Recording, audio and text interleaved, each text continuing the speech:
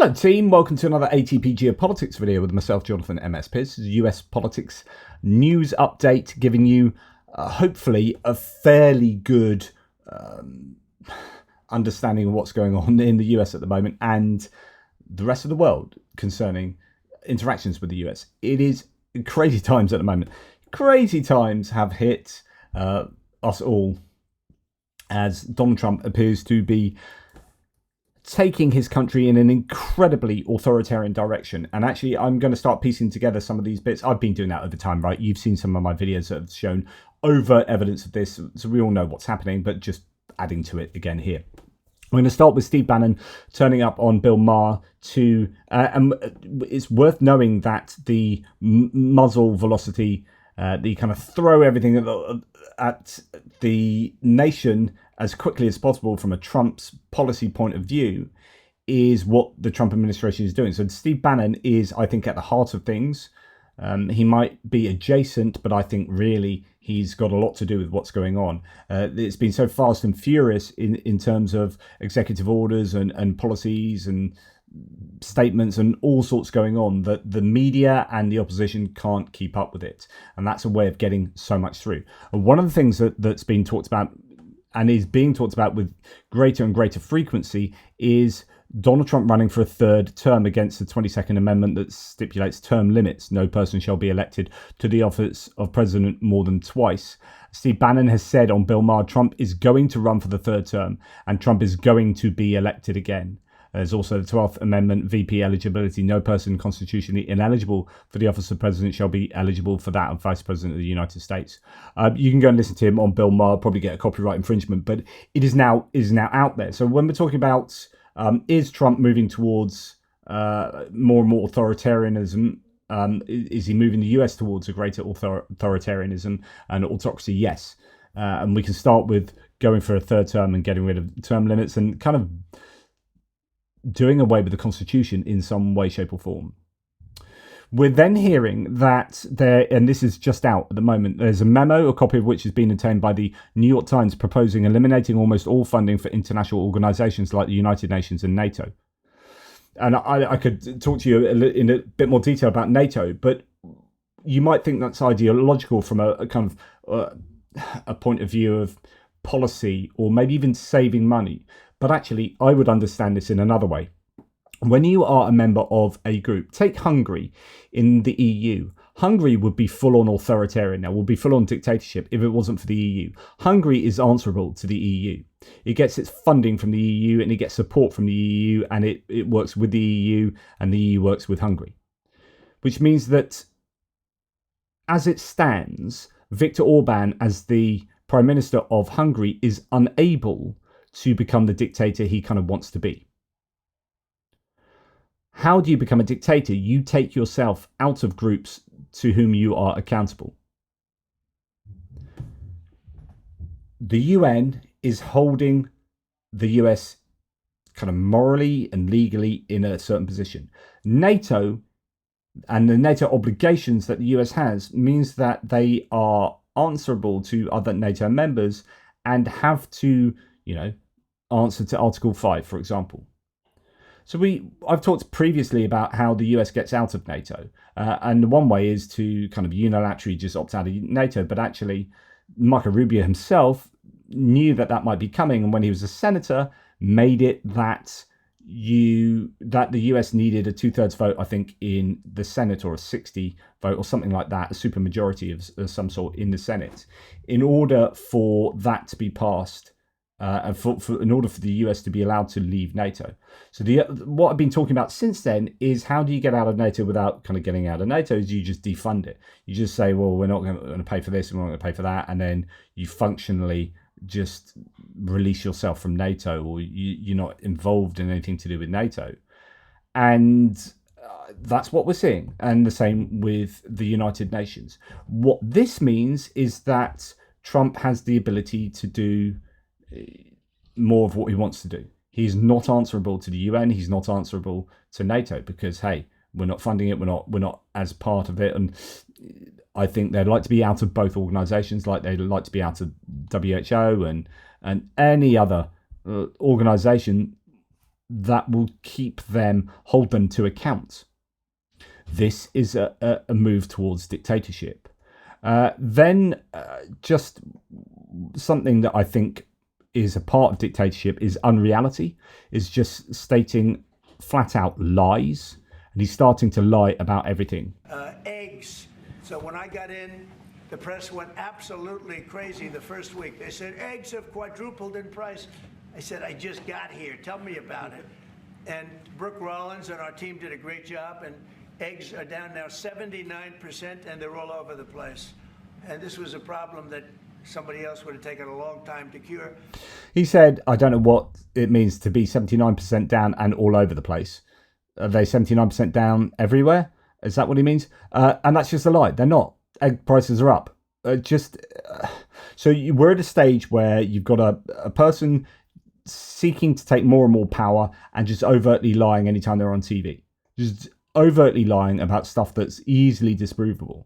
And then as another example of the growing sense of kind of autocracy, dictatorship, is the obsequiousness that we see the cabinet members are acting with.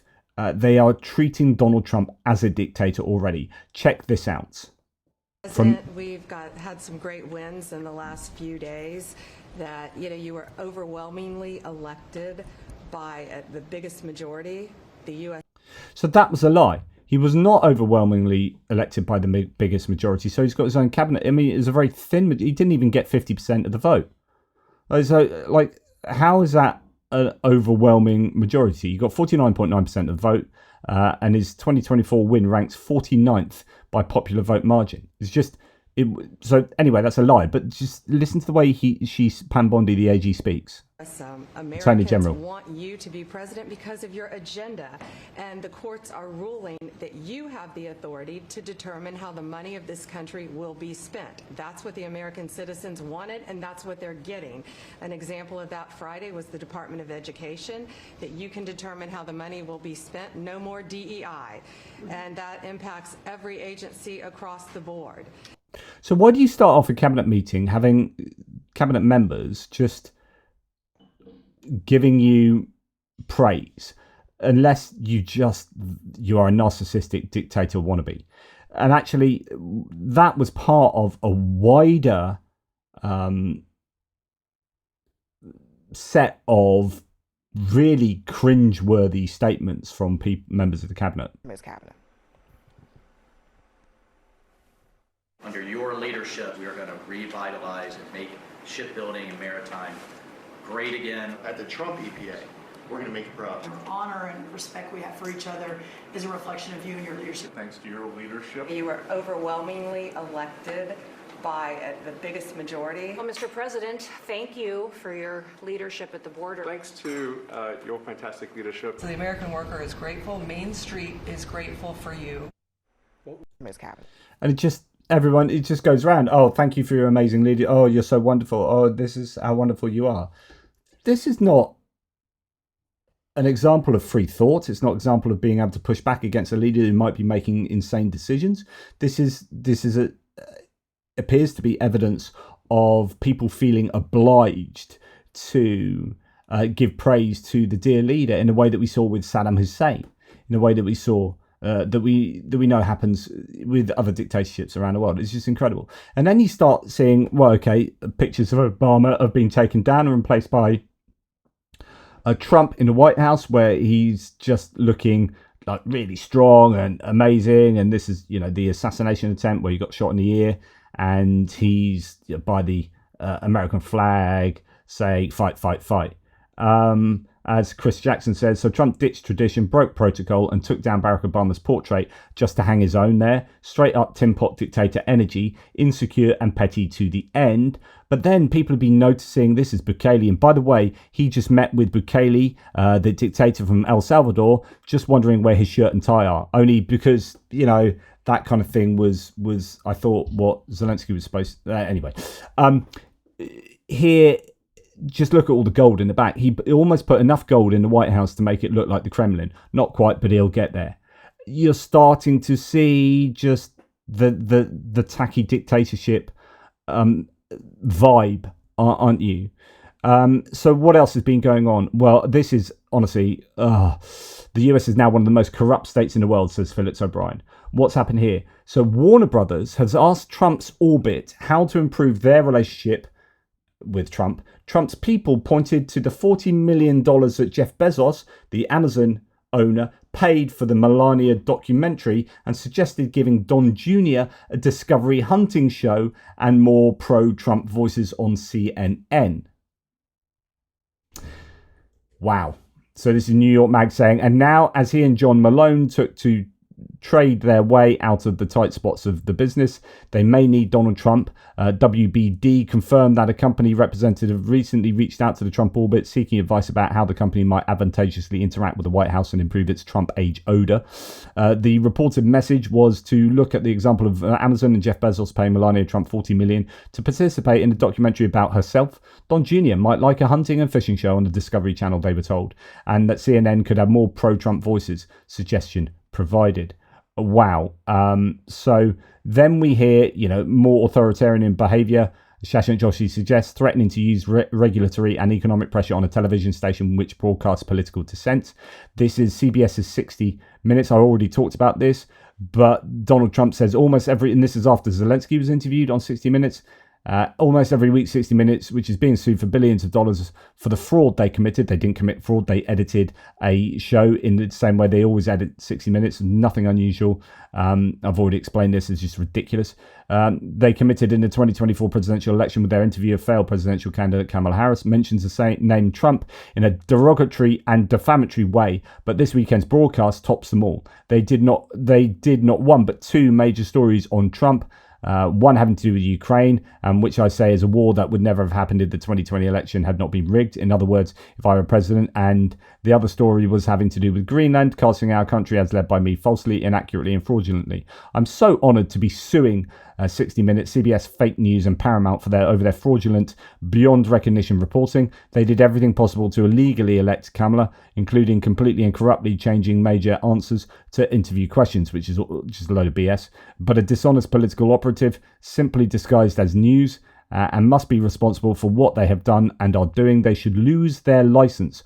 Hopefully, the Federal Communications Commission, FCC, as headed by its highly respected chairman, Brendan Carr, of course, someone that he put in, will impose the maximum fines and punishment, which is substantial for their unlawful and illegal behaviour. CBS is out of control at levels never seen before, and they should pay a big price for this. Make America great again. He's putting massive pressure on networks, on his own FCC nominee, to putting massive pressure on them to basically constrain and restrict and indeed get rid of any media platform that is doing its job of holding leadership to account. This is really scary stuff. Do not underestimate all of this kind of rhetoric.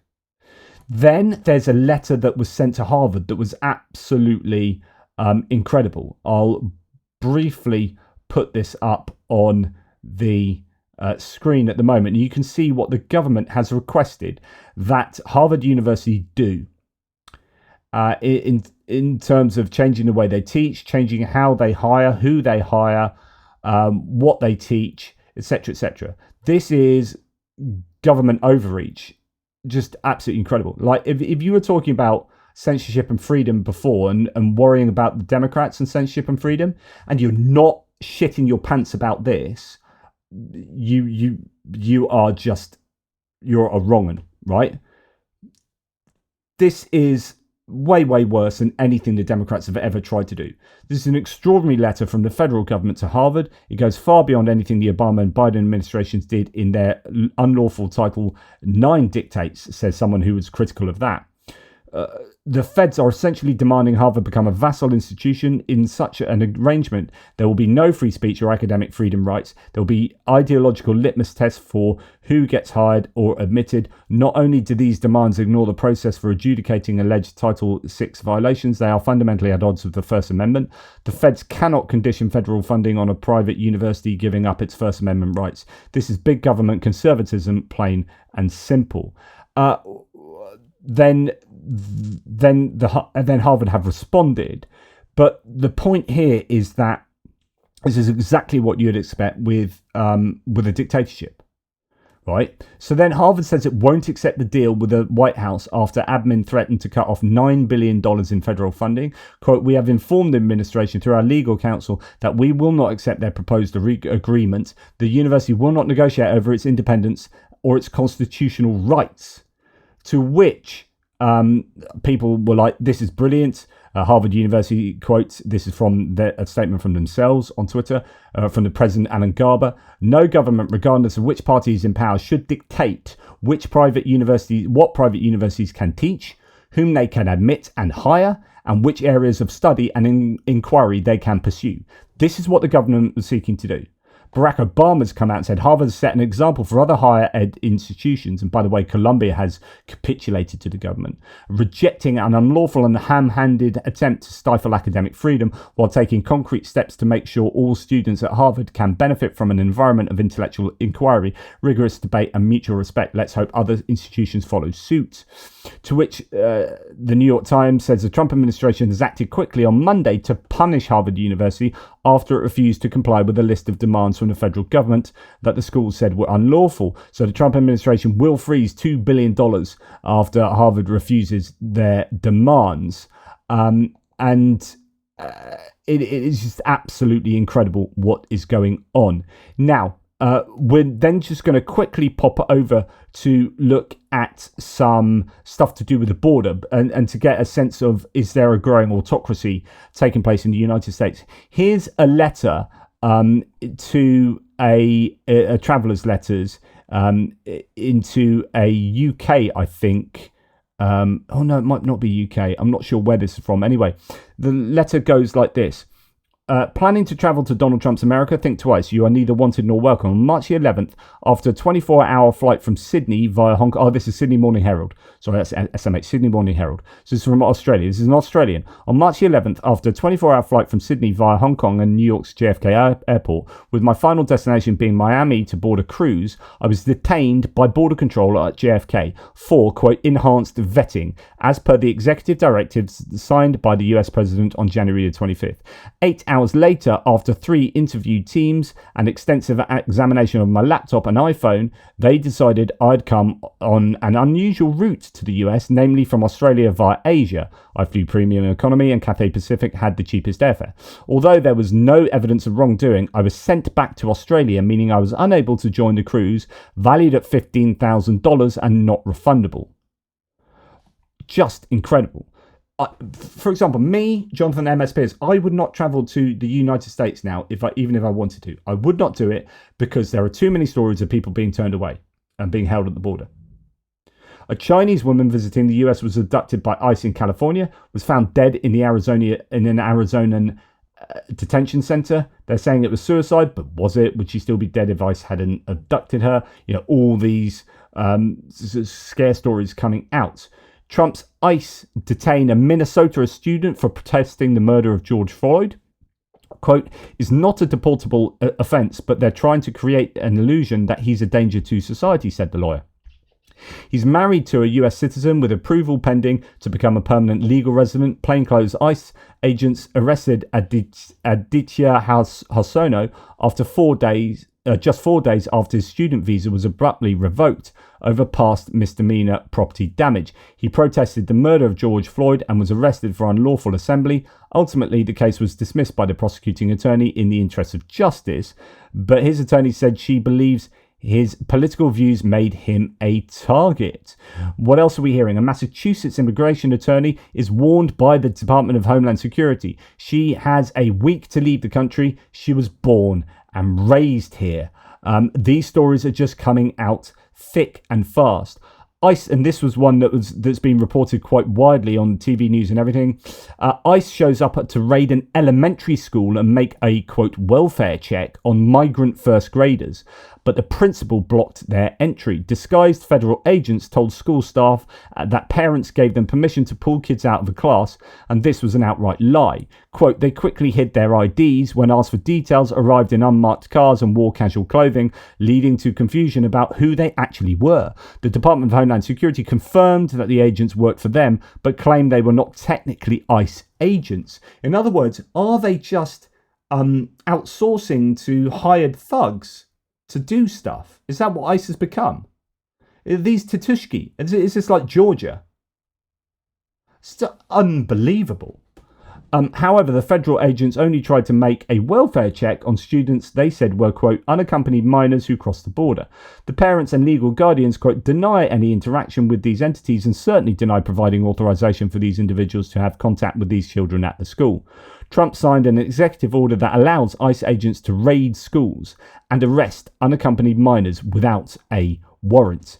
That is where the United States is right now. So to the point where this is the kind of conversation we're getting on UK television. Our friends maybe not being America anymore as much as they used to be. Where are we with Trump now? I mean, our friends are America are not our friends. That's how we started. America are not our friends anymore. At the weekend, there was another sort of U-turn when he said, well, actually, when I talked about the tariff on Chinese goods, I wasn't talking about computers and telephones and Wi-Fi software. Got a complaint from Apple, isn't it? So that's another U-turn. How much credibility does he have there? None. I just got back from Miami and Dallas, and I must say the American people are some of the most lovely people in the world. So I have American family. I genuinely love America and the American state. Well, the American state also and everything else. I love how their country works. So Dallas is a beautiful place in Miami. I go there once a year. Just came back. Okay, but the key thing about it, right, is that when I was walking through the actual immigration, it's the first time in my life or so in my heart where I was suffering from palpitations. I thought to myself, well, am I on the verge of being deported for something I may have said on Twitter or so, something or some criticism I may have actually had or so? And you would have thought this wouldn't be happening in a democracy. But overarching, more broadly speaking, what you say about the economy right now, there's actions that have been taken by the Trump government that reeks of corruption that we would normally associate with the most third world developing nations. Blatant corruption or so, where the president is issuing wink nods, now is a good time for you to buy. Reeks of insider trading on the most grand scale I've ever heard. We are running. And these are the conversations we're having on our news channels at the moment. Like this, the perception of America has gone down the toilet. Now, talking about the hundreds of supposed gang members that were rounded up, sent on a plane to El Salvador, then a judge said you can't do that, but the planes were already in midair, and they said we're over international airspace now, so we don't have to land them back, and they sent them to this gulag, basically this prison in El Salvador. Then the dictator of El Salvador, Bukele, has come over and had a White House meeting, and we saw that picture earlier. And Trump has got on like a house on fire with him because, hey, he's a dictator. And he's offering these cheap prison places for people deported from the US. It is a contractual agreement. It turns out Bloomberg says that around 90% of the deported migrants to El Salvador had no criminal record. And the problem is there was no due process. So there's a roundup of people looking at their tattoos and said, you got a Chicago Bulls tattoo, therefore you're in a Venezuelan group, a gang. We're going to send you to this El Salvadoran prison. And then people said, hang on a second, there are no Venezuelan gang tattoos. They don't generally have them because they would be identifiers. And if that's what you're using as your main criterion for arresting these people and sending them off to El Salvador, then that's nuts. So anyway, 90% appear not to have charges in the US. So then you had this one particular chap, Kilmer Abrego Garcia, who was an undocumented migrant but married to an American with a kid who was rounded up. And I think his wife only knew that he was missing when she saw him on that horrible video where they had their head shaves and saw his tattoo. I think that's the story. And he's ended up in this El Salvadoran prison. And then the American government admitted eventually it was a mistake, but are refusing to bring him back. And the Supreme Court's got involved, and they voted 9-0 that this guy needs to be sent back. And Trump is refusing to send him back. So this is now becoming potentially a constitutional crisis, where the government is up against the Supreme Court, and the government are ignoring the Supreme Court. Mehdi Hassan, as people challenged JD Vance on this, and JD Vance at the time said, my comment, he said basically, you don't know anything about this guy. You should go and check the court documentation. And then people went and checked the court documentation and said, no, he's not a gang member, and you don't understand what you're reading in the court documentation. JD Vance was called out in public, and it was all quite embarrassing for JD Vance, but water off a duck's back. Mehdi Hassan said the vice president's tweet falsely claiming that Garcia is a convicted MS-13 gang member is still up, shamefully, with no correction, no apology, no retraction, and no community note. They lie openly, proudly, unashamedly, right out in the open, and lying to the point that they're justifying someone being picked up with no due process, which is exactly what you need to stop this stuff from happening, to stop wrong things happening, at the hands of dictator wannabes. The Supreme Court gets involved, and yet nothing. So Chris Murphy says this is bone chilling. So actually, let's go first of all to a few of the responses. This is Donald Trump on Air Force One.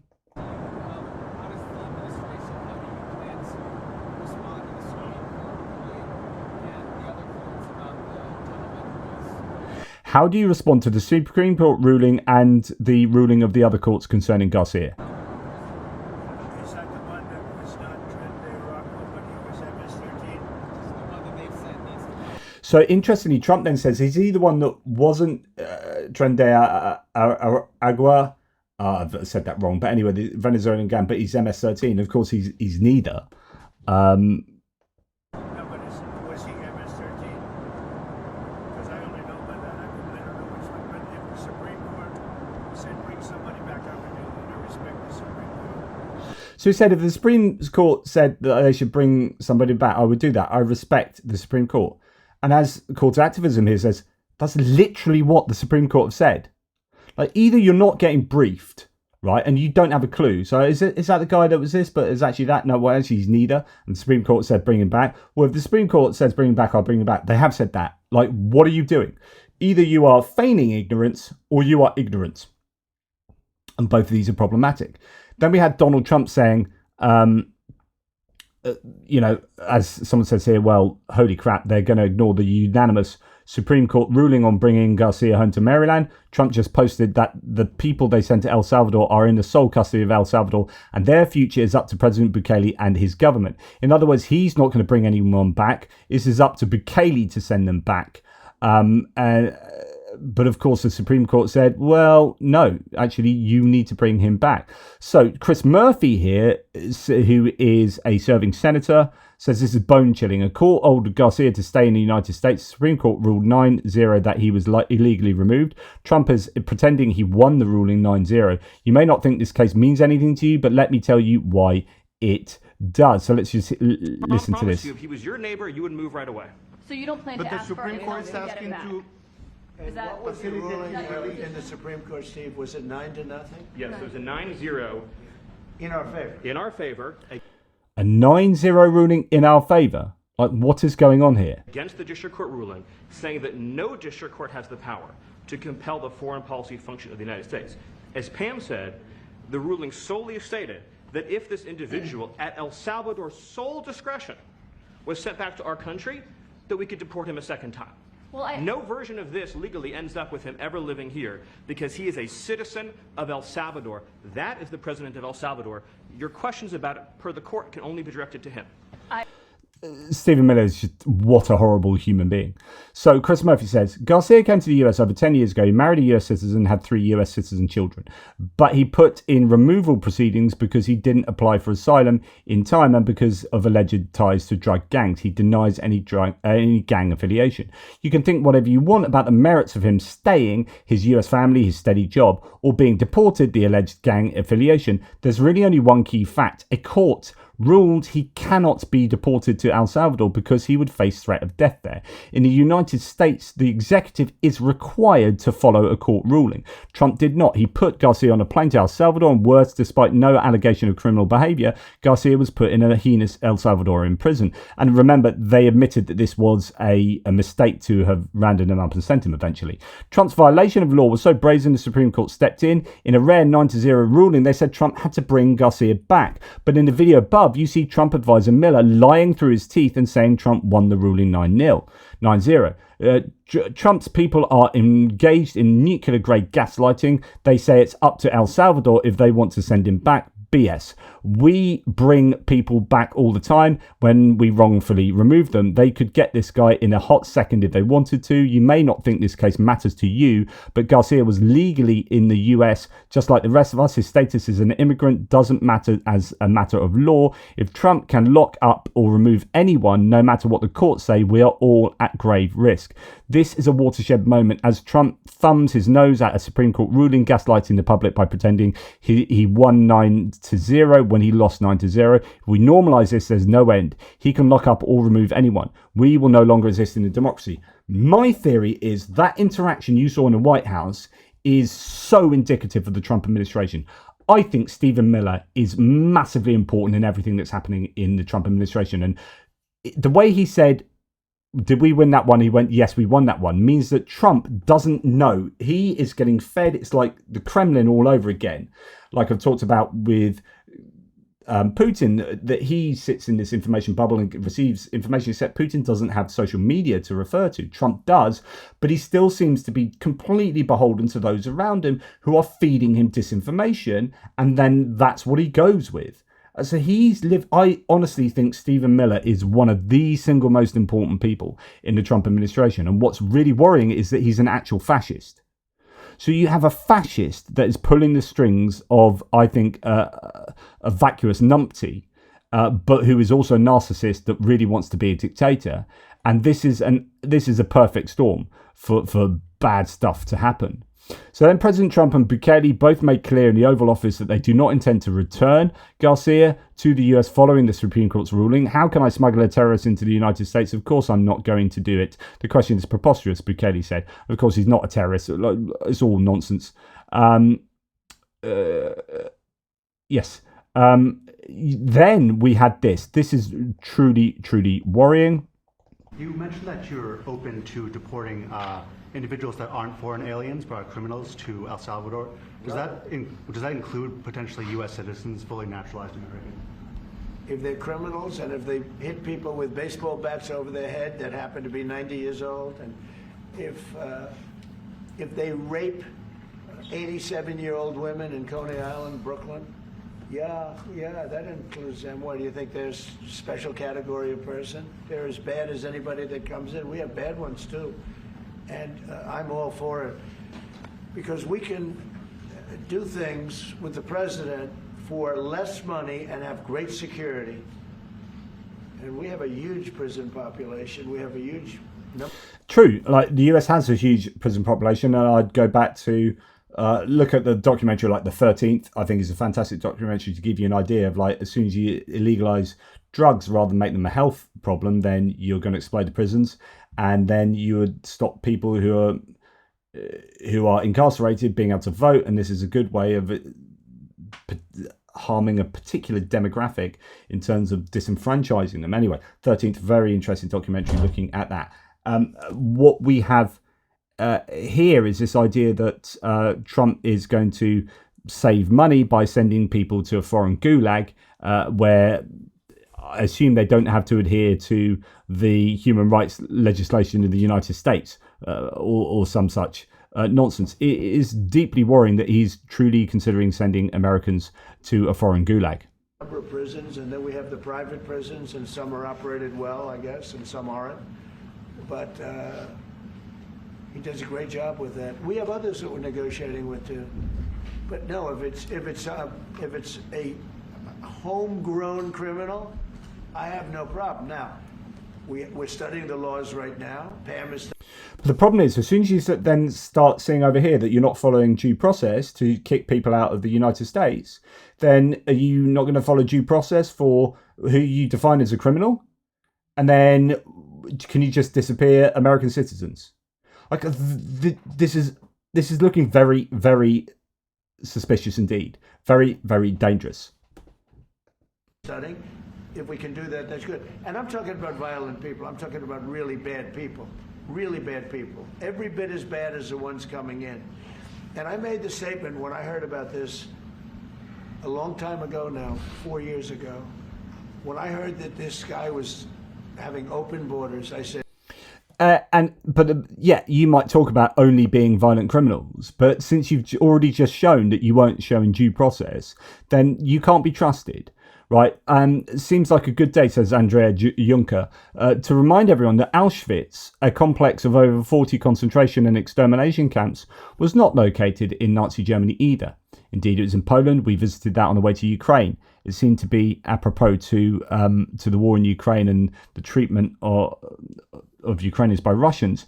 And that was not in Nazi Germany. They shipped people off abroad who they didn't want to deal with in Germany. Well, yeah, this is a slippery slope, isn't it? But going back to like visiting the US, this is such a problem now that all foreign nationals present in the United States longer than 30 days must register with the federal government, and failure to comply with this is a crime punishable by fines, imprisonment, or both. If not, you'll be arrested, fined, deported, never to return to our country again. So visiting the US is now becoming an exercise in all the fear and bureaucratic red tape the former USSR states had until recently, says Jane Kiev. That's Caroline Levitt. Just absolutely unbelievable. And then you've got to a point where now the European Commission is issuing burner phones and basic laptops to US-bound staff from the EU, from the European Commission, to avoid the risk of espionage, a measure traditionally reserved for trips to China. Like, US are no longer a friend in terms of espionage. We're thinking you're going to spy on us, so you're going to have burner phones if you're coming from Europe. But also, the US is saying all foreign nationals present in the US for longer than 30 days must register with the federal government. There's just the tightening of everything, which is leading people to think that the US is indeed not just drifting towards authoritarianism, but it's full on embracing authoritarianism in the most fundamental of ways. And that's led to people like Fiona Hill saying this on Channel 4 News recently, as a former member of the National Security Council under Trump 1.0, by the way. We are definitely on a path towards full-on state repression. There's no question about it. You really think that? Of course.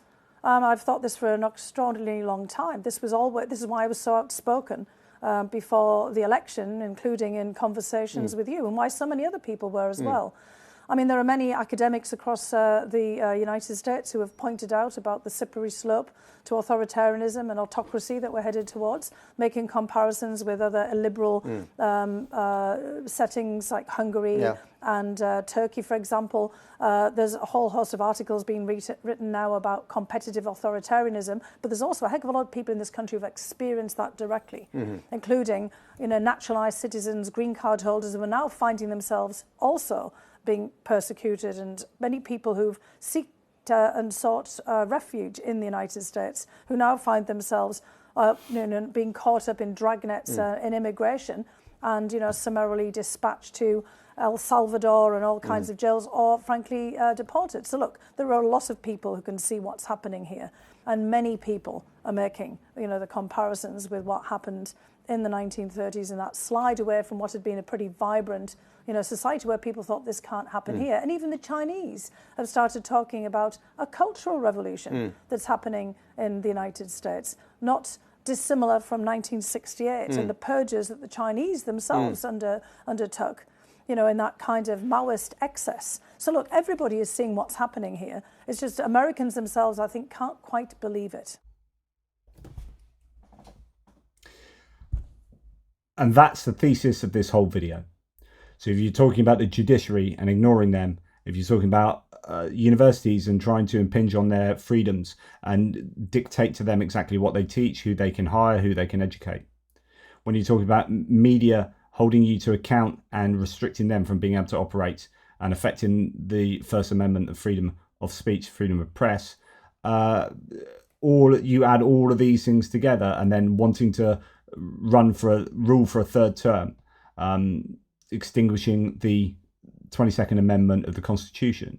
When you look at all of these elements of what is going on in the United States, it is pretty incredible. I was privileged enough last night to go and watch Hamilton. Absolutely loved it. Hamilton was brilliant. I saw that in Southampton last night, and what a well-constructed play, musical, lyrically brilliant, choreographed to perfection. But again, the importance of the Constitution and the founding fathers to what America is presently, and that seems to be something that Trump is hell-bent on ripping up and burning. Quite incredible. And here we have a Freedom of Information request. The Department of Justice under Pam Bondi has rejected 4 Freedom of Information Act requests for records tied to Jeffrey Epstein. I mentioned this in the Jonathan Fink chat I had the other day, but a lot of, particularly on the right, fringe people on the right have been wanting the Jeffrey Epstein files to be released to the public. And this has been something that supposedly the Trump administration was going to do because they thought, Bill Clinton and other liberals are going to be in the files. But then if you remember, Fox News interviewed Donald Trump and said, are you going to release Jeffrey Epstein files? And he's like, yeah. And he's like, actually, no, it might be a little bit complicated. And kind of walked back on it. And you straight away then realise that, oh, okay, I think he might be a little bit compromised by the Epstein files. Then Pam Bondi said, I want these files, because she, I think, was one of these people that came in as Attorney General and said, right, we're going to release this and we're going to blow these Democrats out of the water. And then she wasn't given like the full file, and then it was heavily redacted. Had to release this redacted file, and it was out of national security interests that they heavily redacted it. Of course, the only reason you would redact out national security interests of the Epstein file is if someone like the president was implicated in it. Like anyone else, you just pretty much, maybe, okay, Marco Rubio, maybe some of these important other people, but really President Trump. And then she got annoyed that she was unable to release the real thing, and then it's now disappeared. And these freedom of information requests are being repelled, and I think she probably now realizes that Trump is implicated in this. So one of those requests specifically sought documents revealing the identities of Epstein's clients and associates. Judicial Watch, it's a group, also sent 2 separate FOIA requests to the FBI. This all comes after Bondi claimed in February that Epstein client list was sitting on her desk.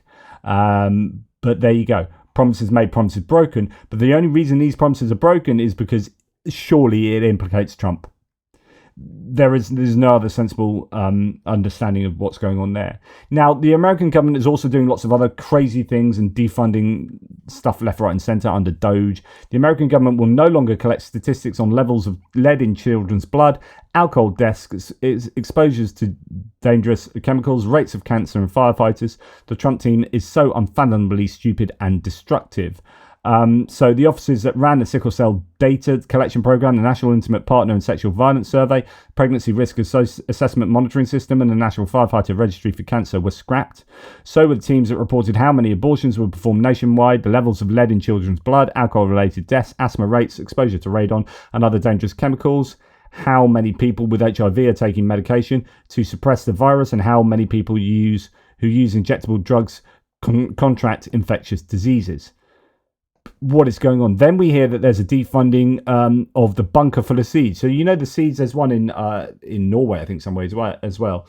But where, just in case there's a massive dystopian apocalypse, then you can restart humanity, or you can restart the Earth by keeping this bank of all the seeds. America's doomsday seed vault just got defunded by Trump and Musk. If we ever have an agricultural calamity that wipes out plant life on Earth, it's the seed vault that will repopulate the Earth and feed humanity after the fallout. This is so stupid.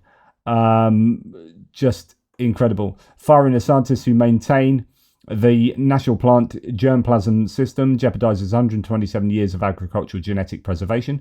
System safeguards 600,000 crop varieties and serves as America's agricultural insurance policy against emerging plant diseases and other unforeseen threats to crop production. The MPGS costs 0.000008% of the federal budget while ensuring a $1.5 trillion food system. When stem rust threatened global wheat supplies in 1999, these collections provided the resistant genes that prevented widespread crop failure. Similar genetic resources from the bank generates $91+ million annually for the Apple industry alone. And yet, let's cut it. We've heard that the Trump administration has withdrawn Kathleen Sgama's nomination to lead the Bureau of Land Management. Why? The move comes 2 days after the 2021 private comments surfaced on Twitter, where she was said she was disgusted by Trump spreading misinformation about January 6th attacks and dishonouring the vote of the people. So she didn't get the job she was lined up to have from the Trump administration itself. Then we hear, talking about Twitter, that the Social Security Administration, SSA, will be shifting its public communication exclusively to X, sources tell Wired. So Twitter will be the only way you can communicate with your Social Security. This comes as agency plans to cut its regional office workforce by roughly 90%. Chris Murphy says, what frail 90-year-old Social Security recipient is on Twitter? The way they don't even disguise the corruption any longer is both disgusting and heartbreaking. They just see government as a means to enrich themselves. And this is, of course, a way of Elon Musk enriching himself. No, we're going to shut down these offices where people can contact human beings to talk about Social Security, and you have to use Twitter. I wonder who owns Twitter. Oh, I do. Oh, and it's called X. Yeah, whatever. And it's deeply, deeply worrying. In fact, talking about X, Douglas Murray on Josh Rogan recently talked about Joe Rogan recently talked about the Twitter algorithm and how dangerous it is, while also poking a finger at Rogan and his podcast world. But you just criticized Daryl for not debating. No, it's fine. Yeah, I know. Let me just make the main point. I think what I'm trying to get at, Joe, is that it's a bit like the Twitter algorithm thing, which is, yes, everyone is and should be free to say what they like on Twitter, apart from whatever the very fringe things of like immediate incitement to violence and all that kind of thing. But we all know that one of the oddities of Twitter, including since Elon took over, is that what you hope is a restored marketplace of ideas ends up pushing you really crazy shit. Yes. And that is what I'm suggesting is happening on a podcast level and maybe on a wider level beyond that.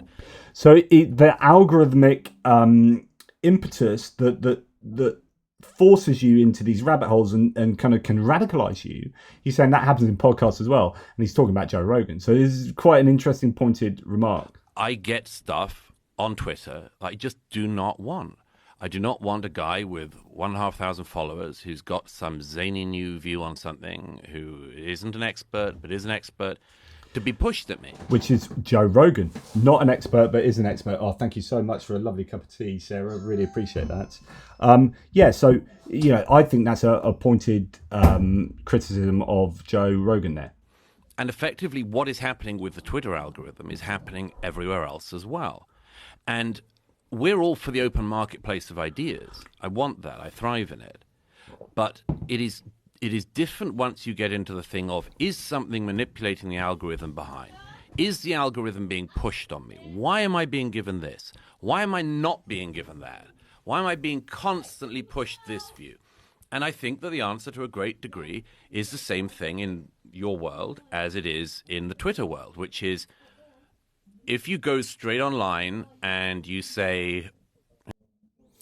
And basically it goes on, it's talking about just a lack of expertise. And actually Joe Rogan is very famous for that, for just casting his opinion, half-formed opinions about stuff and not getting the correct experts, which is kind of how you can use the internet, how Twitter works, is you get quasi-experts giving you just disinformation, and then you get sucked into this vortex, this maelstrom of disinformation. But anyway, that's not really apropos to much, but actually I think it also helps sustain this gaslighting, where you're just, untruths are flagrantly presented as complete truth. And, what we were talking about earlier with Trump being able to lie on television openly, I think you've got this problem right across the information landscape that we exist in, and it's deeply worrying. And it helps. Disinformation, I think, only helps dictatorships. Is truly worrying, or authoritarian regimes, problematic, undemocratic regimes. Now, oil prices have fallen so steeply this month that it's no longer profitable for many countries to drill new wells in major US patches, according to Axios. So drill, baby, drill. But pulling the oil prices so far down, it's actually having an interesting effect on the motivation to drill extra holes to find more oil. Just sort of throw that one in there. And then actually, before we come on to that, that's probably a good segue, oil, to go on to tariffs. So just a quick thing on tariffs. I know I've been going on a long time, but there's an awful lot I've been going through. So going on to tariffs, we're going to start with economic growth in general, where you can see here's Goldman Sachs expecting now zero economic growth for 2025, zero. So we were printing 3% plus real GDP growth at the end of 2024. So when Biden was in, growth was predicted to be 3%. Now it's gone down to zero. That is not the effect of Biden. That is the effect of Trump. Howard Lutnick has claimed that tariff exemptions are necessary. So I talked to you the other day about how everyone's having to flip-flop about tariffs because Trump says, right, tariffs, no exemptions. So then they go out and sell this. Oh, this is absolutely amazing. Tariff, no exceptions, then exemptions, then draws tariffs back. And then you have to go and say, yeah, actually, it's much better to have tariffs at this rate, even though the average rate is higher, all that kind of craziness. And then he allows exemptions for anything that anyone lobbies him for, and then these people have to go out and say, yeah, of course it's great that we have exemptions, but before you were saying it was great that we didn't have exemptions, and now you're saying it's great that we do have exemptions. What are you talking about? So Howard Lutnick, who is the Commerce Secretary having to do all of this stuff, claims tariffs exemptions were necessary for mega corporations, but farmers and small businesses are deemed non-essential. Really? Exactly like the 2020 lockdowns, when big box stores remained open while mum and pop stores were forced to close. And this is just doing a good one for all of those massive billionaire or huge corporations rather than small to medium-sized businesses that you could argue are the heart and soul of the economy. Right. Then we have this. So we had the tariffs that were all over the shop with all these different countries. Then it got reduced to 10% for all these countries, apart from Canada's 25%, Mexico 25%, and China like 1,000,000%, or 145% or whatever. So then he is like, right, we're going to start this proper war with China, and then we want everyone else to come and join in with us in this trade war against China. And everyone else is like, hang on, mate, you've just screwed us as well, and we still got 10%. We got 0% with China, so we're going to go and do a trade deal with China. Thank you very much. It's actually pushed people closer to China, and it's caused this rift between the EU, between Europe and the United States. So the United States want their cake and they want to eat it as well, and it just can't happen that way. So they want everything whilst just blowing the entire global economic landscape open. So China choosing to escalate rather than de-escalate is a bit of a problem for the United States. China has a near universal monopoly on rare earth minerals needed for essentially all modern manufacturing. This is a major problem. So China has now halted critical exports. So what China are doing are not just like, we're going to put a tariff on these, or like, we're going to put a tariff on your stuff coming into the US.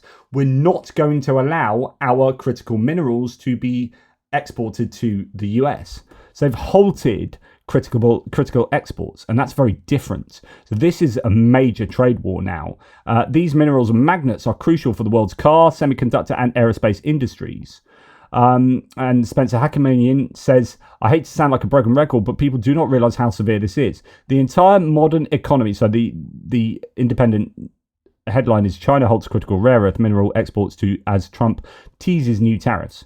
The entire modern economy is built on rare earth minerals. Everything. Defense, medical equipment, cars, phones, industrial tools, everything. China has 95% of the world's refining capacity and is not exporting any of it anymore. It would take the US 5 to 10 years at the minimum to open our own refineries.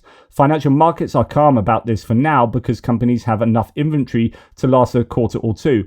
What company was it that stockpiled? Was it Apple or something? Was looking.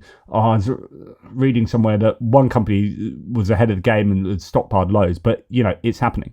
Financial markets are calm because people might have stockpiled and it'd be okay for a quarter or two. And the assumption is that China will reverse this policy before the effects start appearing. But we are 100% certain of that assumption, are we? Because if we're not, you need to price in some very scary left tails. This is a really, really worrying time for international trade. So China suspended exports of a wide range of these critical Minerals and magnets threatening to choke off supplies of components central to automakers, aerospace manufacturers, semiconductor companies, and military contractors around the world. Shipments of the magnets essential for assembling everything from cars and drones to robots and missiles have been halted at many Chinese ports, while the Chinese government drafts a new regulatory system. Once in place, a new system would permanently prevent supplies from reaching certain companies, including American military contractors. This is this is not good. Don't get me wrong, but this is a Trump's own making. But this is such a clever move from the Chinese. This plays havoc with America's national security. China hold the key. He started a fight with China. And Tom Nichols says, I'm sure the administration had a plan for dealing with this almost obvious next move from China. Looks like those exemptions for the tariffs didn't work on China. Now, via New York Times, it's suspended the shipments of magnets and critical minerals to choke off components used to make all of that stuff. Then it gets even worse for the United States. So, breaking news, China has just ordered all Chinese airlines to stop purchases of all aircraft-related equipment and parts, and all from all American companies. Are we winning yet? Justin, China's just cancelled all jet orders from American manufacturer Boeing in response to President Trump hitting the country with tariffs as high as 145% on Chinese goods. And you can bet Europe's Airbus is going to be straight in there going, thank you very much. China will also no longer purchase any aircraft-related equipment from American companies. This is what Trump has done. And then the Chinese has told the 3 largest American soybean distributors in China they can no longer do business there. Tennessee's #1 cash crop, another Trump trade war farmer bailout won't be far behind. So last time he did these, he had to bail out American farmers. I thought it was 12 billion. So I was reading it's 23 billion or something. You know, it was like, you look at how much money we made from tariffs, and then it's like, and then we're having to use all that to pay our farmers because they've been screwed over by the tariffs. Well, this is what's happening. Chinese told the 3 largest soybean distributors in this country that sell the beans that farmers raise in this country to China, you can no longer do business here. Your contracts are canceled, your licenses are canceled. In addition to that, they placed their own reverse tariffs on all different kinds of categories: pork, beef, corn, fowl, poultry. And remember what we said, those studies that have been done by the American Soybean Association, by the corn growers before the last election, that if these tariffs took place again, it would cost soybean farmers 37 billion metric tons of soybean sales to China and around the world. And with corn, it could cost as much as 80% of the corn sales in this country. And here we go. Top 3 soybean sales companies in this country, their licenses to sell to China have been canceled. Chinese are saying, we don't want your beans anymore. And now we face the same thing, the same threat that we warned would happen before the last election, happening now to corn as well. And we're talking billions of dollars worth of corn sales. There's no way a paltry $526 million ethanol fuel program sponsored by the Trump administration in Iowa is going to make up for the billions of dollars in lost corn sales we are going to have because of these tariffs. And look at what happened today. I got up this morning, and while I was drinking my coffee up here at the farm, I listened to TikTok after TikTok of Trump supporters saying, well, he proved it today. The market's up 700 points. We're getting back all these gains. All these countries are coming to the table. And then what did we learn? When they asked the White House, you're claiming China wants to make a deal. Have you talked to China? No, we haven't. Have they said what kind of a deal they want? No, they haven't. Well, you're claiming South Korea wants a deal. Have you talked to them? Yes, we have. Have they talked about what kind of a deal they want? No, they haven't. And the truth of the matter is the market saw bullshit. And then what did the White House do? This afternoon, they announced that they're going to impose 104% tariffs on China, and the market lost every single one of the gains that it gained earlier today because there's chaos in the marketplace. People do not know how to plan for this, and this administration is woefully unprepared to do battle with the Chinese. I'm just telling you guys, this administration, when it comes to agriculture and rural policy, they're not playing chess. They're not playing checkers. They're sitting in the corner playing with themselves. There's no other way to put it, because everything they're doing from a policy perspective and an action perspective is failing. And remember, J.D. Vance has called Chinese peasants buying from peasants or whatever, he said the other day, just incredibly insulting, and actually the US are going to be played by those so-called peasants. And I go back to, I think Stephen Miller's probably got a lot to Peter Navarro. It's just incredible. Last week's trade data shows an incredibly bleak picture for the economy. 49% drop in global container bookings, 64% drop in US imports, 30% drop in US exports. If this continues for more than a few weeks, there's no doubt in my mind that we are headed for one of the worst recessions in our lifetime. Lots of people are talking about recession. Here we've got American billionaire Ray Dalio. We're near a recession, but what worries me more is a breakdown of the entire monetary and world order. This isn't just about GDP, it's about debt, tariffs, global power shifts, and domestic instability. It's starting to look like the 1930s. If mishandled, it could become much worse than a recession. I mean, you could add war onto that, right?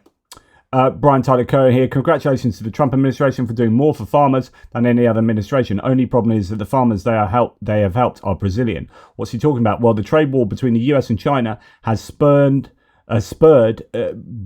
Brazil's agricultural sector and pummeled American farmers.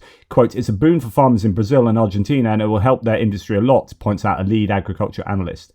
And so here we have China now imports more key foodstuffs from Brazil than the US.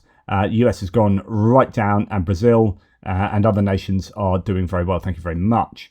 And an Iowa soybean farmer has told CNN that the chaos surrounding Trump's tariffs is already hitting the bottom line, and the long-term damage could be even worse for his farm and community. Trump's trade war is hammering the very regions that helped elect him.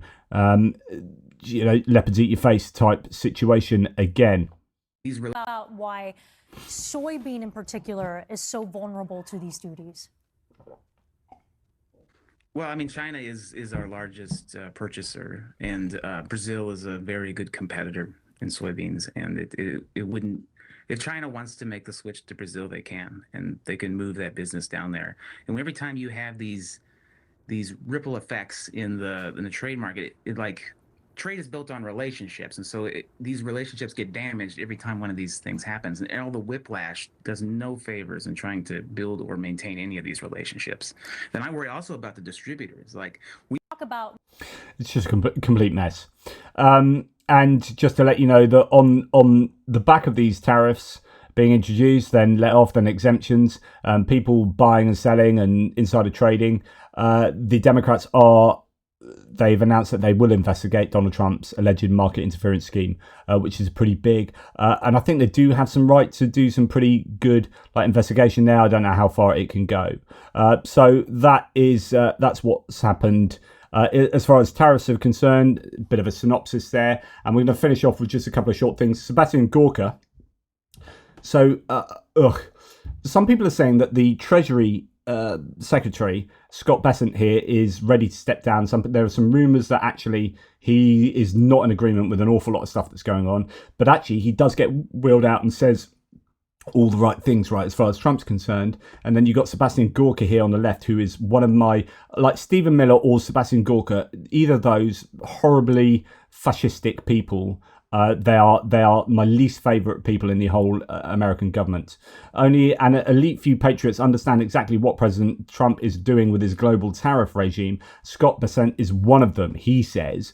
But here's an example of, I showed you an interview I'm sure I did, with Sebastian Gorka and Victoria Derbyshire, where he said, if you stop being difficult with me, I will leave the interview. And he was really horrible. Victoria Derbyshire held him to account. It was a really good interview. He tried it again on LBC, and I just love this. I love it. It would please the president, wouldn't it, to see Britain drop bans on chlorinated chicken, hormone beef. I find it really quite amusing. I've seen this now for almost a week, that the members say, oh my gosh, is this going to fit into a timeline? It's not about timeline. But you said 90 days, Mr. Gorka. You put 90 days. The president said 90 days. Don't go BBC on me, okay? Let me answer the question and don't interrupt me, okay? It's not about time. Excuse me? I'll choose when I speak. Thank you very much indeed. Please carry on. Then this interview is terminated. Thank you very much indeed. Do you want to terminate it? Goodbye. Thank you. Thank you. Sebastian Gorka, Deputy Assistant to President Trump, Senior Director for Counterterrorism on the National Security Council. You don't get to tell us what to do. It would. I love that. He says, "Do you want to end this?" And he said, "Goodbye. I'm ending it." And instead of letting Sebastian Gorka have that, he took that himself. But yeah. So we have this issue of the US sliding very quickly towards an authoritarianism, and then we're wondering, what is everyone doing about this? Here is Representative Jason Crow. Damn what they quietly whisper to me anymore. Right? Like, listen, we're waiting. He says, I don't give a damn what the Republicans quietly whisper to me about Donald Trump anymore. So what happens is usually you get a lot of establishment Republicans saying, this is insane, Trump is nuts, I hate everything he's doing. And they tell this to their Democratic colleagues, but then don't say anything in public. And Jason Crow is like, I'm so sick and tired of hearing these whispers. Way beyond that point. We're way beyond the point of having private discussions behind closed doors where they whisper to me how much they detest Donald Trump, or the fact that they wish we could be beyond Donald Trump. They had their chance. Years ago, they had their chance. We know who Donald Trump is. He has shown us over and over and over again who he is. He's doing exactly what he said he was going to do on the campaign trail, which is going to be devastating for tens of millions of Americans. Frankly, if you are not willing to have the courage to stand up and to fight for the people you represent, then you don't belong in office. Boom. Drop that mic. Absolutely agree with that. And we still are seeing Alexandria Ocasio-Cortez and Bernie Sanders as well do these massive rallies. Bernie Sanders spoke at Coachella, so a big music festival. It's like speaking at Glastonbury. To all these young people saying it's up to you guys now to save the country. It's you guys, you have the power, you need to mobilise. So speaking to the right people, trying to mobilise crowds. Here's 20,000 in Utah. People like interested in a progressive cause of Alexandria Ocasio-Cortez, 20,000 people in Utah. I mean, wow. And then there was 35,000, I think, the day before somewhere else. They are getting huge crowds.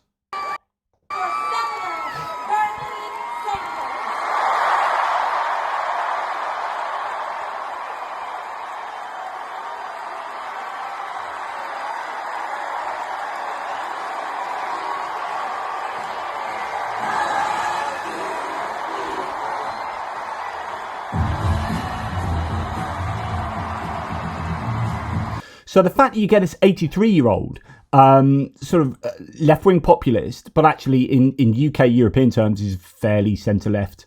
He's not particularly radical, but he's got universal healthcare. Well, there you go.